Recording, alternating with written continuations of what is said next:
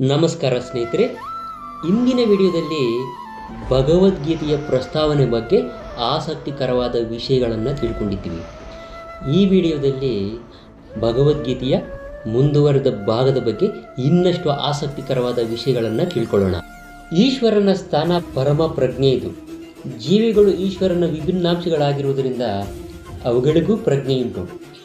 ಜೀವಿಯನ್ನು ಭೌತಿಕ ನಿಸರ್ಗವನ್ನು, ಪ್ರಕೃತಿ ಅಥವಾ ಈಶ್ವರನ ಶಕ್ತಿಯೆಂದು ವಿವರಿಸಲಾಗಿದೆ. ಆದರೆ ಇವೆರಡರಲ್ಲಿ ಒಂದು ಜೀವ ಪ್ರಜ್ಞೆಯನ್ನು ಪಡೆದಿದ್ದಾನೆ, ಇನ್ನೊಂದು ಪ್ರಕೃತಿ ಪ್ರಜ್ಞೆಯನ್ನು ಪಡೆದಿಲ್ಲ. ಇಷ್ಟೇ ವ್ಯತ್ಯಾಸ.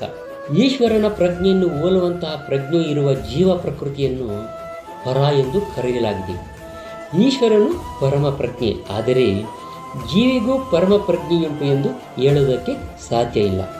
ಜೀವಿಯು ತನ್ನ ಪರಿಪೂರ್ಣತೆಯ ಯಾವುದೇ ಘಟ್ಟದಲ್ಲಿ ಪರಮ ಪ್ರಜ್ಞೆಯನ್ನು ಹೊಂದಿರಲಾರ. ಅವನು ಹಾಗಿರಬಲ್ಲ ಎನ್ನುವುದು ತಪ್ಪುದಾರಿಗೆ ಎಳೆಯುವಂತಹ ಒಂದು ಸಿದ್ಧಾಂತ. ಅವನಿಗೆ ಪ್ರಜ್ಞೆಯು ಇರಬಹುದು, ಆದರೆ ಅವರಿಗೆ ಪರಿಪೂರ್ಣ ಪ್ರಜ್ಞೆಯಾಗಲಿ ಪರಮ ಪ್ರಜ್ಞೆಯಾಗಲಿ ಇರೋದಿಲ್ಲ. ಜೀವಿಗೂ ಈಶ್ವರನಿಗಿರುವ ವ್ಯತ್ಯಾಸವನ್ನು ಭಗವದ್ಗೀತೆಯ 13ನೇ ಅಧ್ಯಾಯದಲ್ಲಿ ವಿವರಿಸಲಾಗಿದೆ.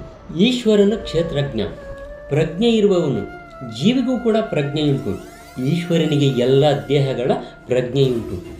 ಈಶ್ವರನು ಎಲ್ಲ ಜೀವಿಗಳ ಹೃದಯದಲ್ಲಿ ನೆಲೆಸಿದ್ದಾನೆ. ಆದ್ದರಿಂದ ನಿರ್ದಿಷ್ಟ ಜೀವಿಗಳ ಮಾನಸಿಕ ವ್ಯಾಪಾರಗಳ ಅರಿವು ಆತನಿಗಿದೆ. ಇದನ್ನು ನಾವು ಮರೆಯಬಾರದು.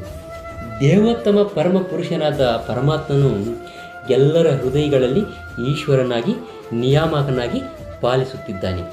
ತಾನು ಅಪೇಕ್ಷಿಸದಂತೆ ಕೆಲಸ ಮಾಡಲು ಜೀವಿಗೆ ಆತ ನಿರ್ದೇಶನ ಮಾಡುತ್ತಿದ್ದಾನೆ ಎಂದು ವಿವರಿಸಲಾಗಿದೆ.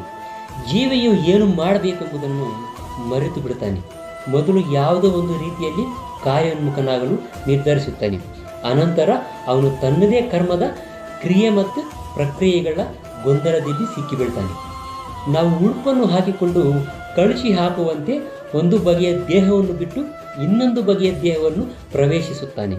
ಹೀಗೆ ಆತ್ಮನು ಒಂದು ದೇಹದಿಂದ ಮತ್ತೊಂದು ದೇಹಕ್ಕೆ ಸಾಗುತ್ತಿರುವಾಗ ಅವನು ತನ್ನ ಹಿಂದಿನ ಕರ್ಮಗಳ ಕ್ರಿಯೆ ಮತ್ತು ಪ್ರಕ್ರಿಯೆಗಳನ್ನು ಅನುಭವಿಸುತ್ತಾನೆ. ಆತ್ಮನು ಸತ್ವಗುಣದಲ್ಲಿದ್ದಾಗ ಮತ್ತು ತಿಳಿಯದ ಬುದ್ಧಿಯಲ್ಲಿದ್ದಾಗ ತಾನು ಯಾವ ಬಗೆಯ ಕರ್ಮಗಳನ್ನು ಮಾಡಬೇಕು ಎಂದು ಅರ್ಥ ಮಾಡಿಕೊಂಡು ಈ ಚಟುವಟಿಕೆಗಳನ್ನು ಬದಲಾಯಿಸಬಹುದು. ಅವನು ಹಾಗೆ ಮಾಡಿದಾಗ ಅವನ ಹಿಂದಿನ ಕರ್ಮಗಳ ಕ್ರಿಯೆಯನ್ನು ಮತ್ತು ಪ್ರಕ್ರಿಯೆಗಳನ್ನು ಬದಲಾಯಿಸಬಹುದು. ಆದ್ದರಿಂದಲೇ ಕರ್ಮವು ನಿತ್ಯವಲ್ಲ. ಅದಕ್ಕೆ ಈಶ್ವರ, ಜೀವ, ಪ್ರಕೃತಿ, ಕಾಲ ಮತ್ತು ಕರ್ಮ ಎನ್ನುವ 5 ಅಂಶಗಳಲ್ಲಿ 4 ನಿತ್ಯವಾದವು, ಕರ್ಮ ನಿತ್ಯವಲ್ಲ ಎಂದು ಹೇಳಲಾಗುತ್ತೆ.